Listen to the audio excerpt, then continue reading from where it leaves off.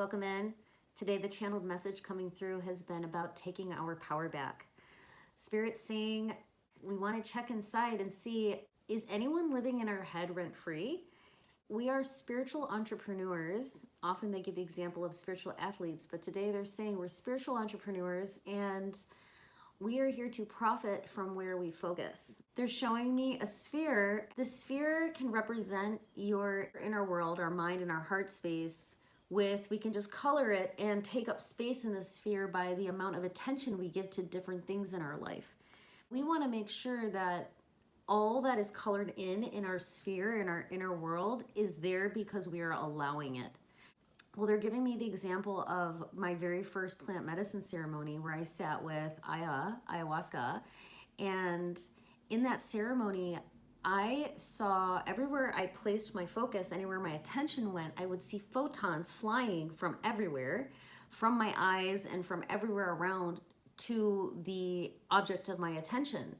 And they said at that time, we just want to show you this is literally what's happening from certain levels of reality.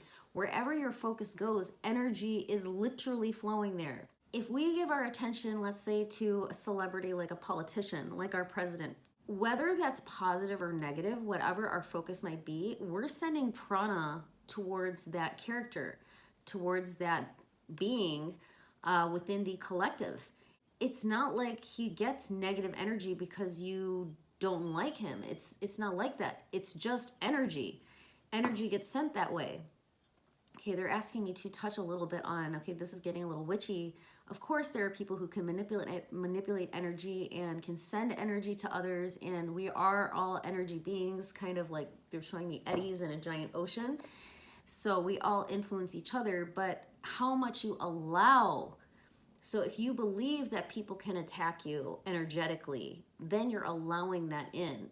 Because they're saying actually everything exists, it's all inclusive, but what we give our attention to determines how much power it has over us. And again, going back to the sphere, they're saying, so look at your inner sphere, like this is for those who like resonate with doing an assessment like this. Who and what is taking up your psychic space? You know, it's one thing to give a mic to some issue or aspect in your life to shine a light on it and do some shadow work and nurture that part of the self and get clear, of course.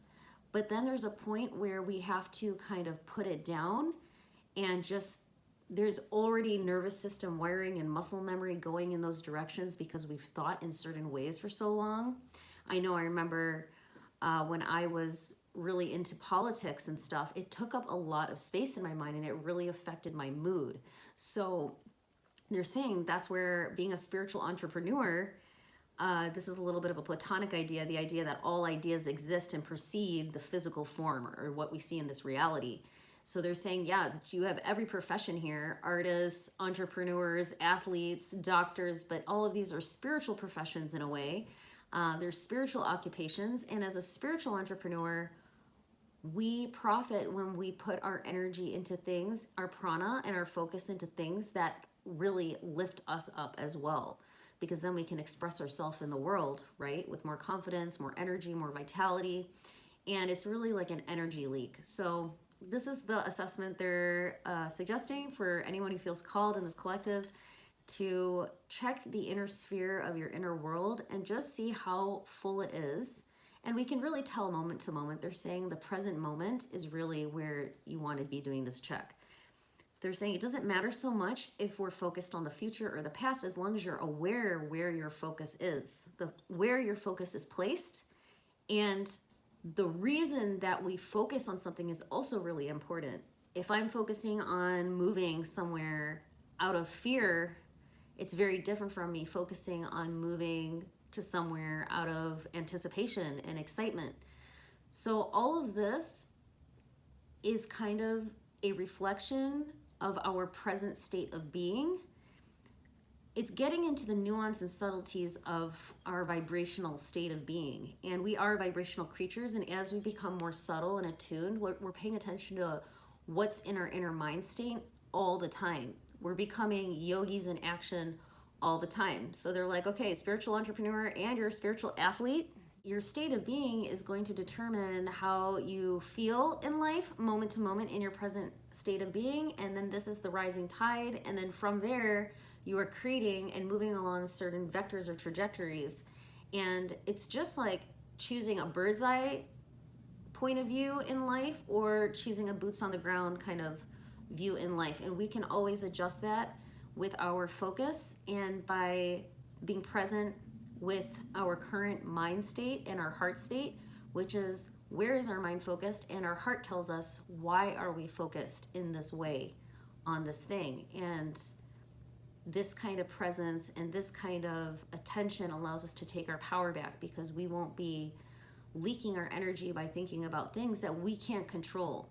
It's by design that the human condition, we're kind of trained to be sloppy, a little sloppy thinkers, because we're here, it's resistance training to choose our way out of it, to choose our way into having relatively clear hearts and clear minds, where we become really effective spiritual athletes, very efficient entrepreneurs, where we understand we don't give our energy to things that we cannot change in this moment.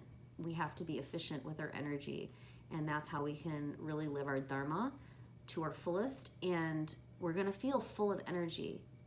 So when we give our power away, again, going back to that example of the plant medicine ceremony, the photons are flying out. It is the life force is moving through us, and the more passionate and in love with life, and also the more big-hearted we are, it can be passion for anything, but also when it's in service to all, this kind of big-hearted energy, life is moving through us, and we are directing our energy, and we can cycle that energy back into ourselves, or we can cycle it in a very positive way into the world, or we can fritter our energy away by focusing on things that don't feel good and that we don't have control over, and we take a disempowered stance to it, and automatically we start closing off our source of energy, the life source flowing through us. We start to feel depressed meaning disempowered.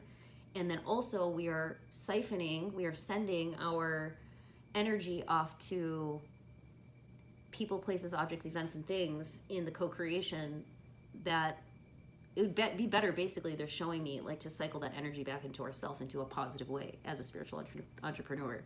So that's the message for today. Spirit really just wants us to encourage to do a little inventory and take our power back. Make sure no one's living in our heads rent-free. No one and nothing that we can't control or work on right now. So they're saying becoming efficient is really important in these times, because there's a lot to draw our attention away, and that's all by design. If you enjoyed this message, share your beautiful energy, like, subscribe, share, and comment. I take my energy back. No one lives in my head rent-free. And if you are interested in coaching, readings, or visionary art, you'll find that information in the description box. Thanks so much for tuning in, and I will see you in the next message.